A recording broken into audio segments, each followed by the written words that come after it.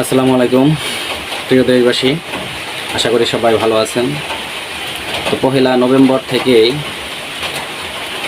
November না October না সম্ভবত পহেলা নভেম্বরেই আপনার সারা দেশে যে এই পলিথিন বিক্রি নিষিদ্ধ করবে। বর্তমান সরকার যে পরিবেশ মন্ত্রণালয় থেকে বলা হয়েছে যে পহেলা নভেম্বর থেকে আর পলিথিন ব্যবহার করা যাবে না। এই পলিথিন আমরা যখন ছোট ছিলাম তখন থেকে বিভিন্ন সরকার এটা উঠাই দিছে, নিষিদ্ধ করছে, বারবার আবার এটাই প্রয়োজন পড়ে এটা আবার বৈধতা দেয়। তো আমার কথা হচ্ছে, আপনি পলিথিন নিষিদ্ধ করেন, সেটা ভালো, পরিবেশের জন্য ভালো, সেটা সুন্দর সিদ্ধান্ত। এর পাশাপাশি আপনাকে আর একটা কাজ করতে হবে, সেটা হচ্ছে যে পলিথিনের বিকল্প একটা জিনিস আপনাকে আগে সেট করতে হবে। সেটা কি? আপনার মাছ, কাঁচা বাজার বা পোলট্রি মুরগি বিভিন্ন এই সমস্ত জিনিস নিতে গেলে কিন্তু সেখানে পানি থাকে বা রক্ত থাকে, কিংবা মাংসের ঝোল থাকে বা বিভিন্ন কিছু থাকে, মাছেরও পানি থাকে, রক্ত থাকে।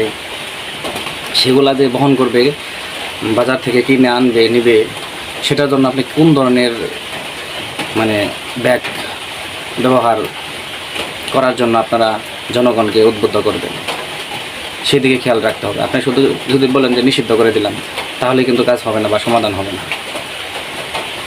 আপনার একটা জিনিস নিষিদ্ধ করার আগে সেটা মানুষ সঠিকভাবে অন্য কোনো বিকল্প পণ্য পাবে কিনা বা সেটা ব্যবহার করতে পারবে কিনা, জনগণের জন্য ভালো হবে কিনা, সেই দিকেও খেয়াল রাখতে হবে।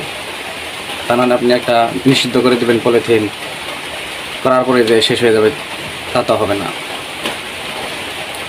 জনগণ বাজার থেকে কাঁচা বাজার কিনবে, কিংবা আপনার পলিথিনের মধ্যে অনেক জিনিস কিন্তু বহন করতে হয়, এক জায়গা থেকে এক জায়গায় নিতে হয়।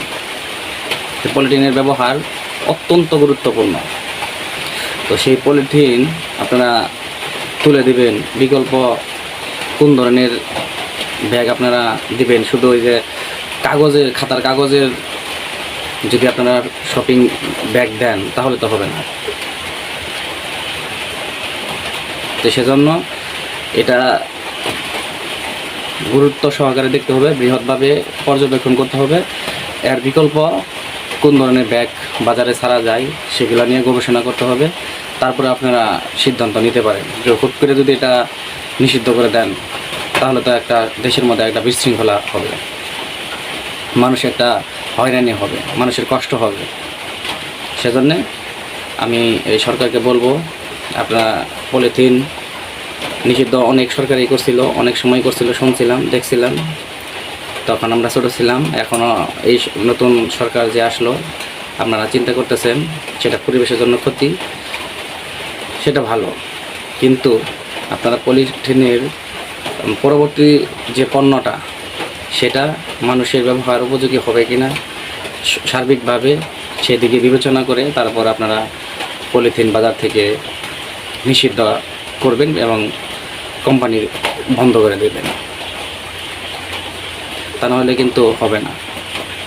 আপনারা যদি ওই খাতার কাগজ দিয়ে শপিং বানাই দেন, দিয়ে বলেন যে মাছ নেবেন তখন কিন্তু হাতে রাখার আগে কিন্তু মাছ পড়ে যাবে। তো ওই ধরনের শপিং ব্যাগ আপনাদেরকে আগে কাগজের পরিবর্তে সেগুলো বানাতে হবে, গবেষণা করতে হবে, দেখতে হবে। বাজারে কিছু সংখ্যক ছাড়েন, দেখেন মানুষের প্রতিক্রিয়া কী। তারপরে হুট করে যদি আপনি বলেন যে একটা চাপাই দেন জনগণকে, তাহলে কিন্তু জনগণের কষ্ট হবে।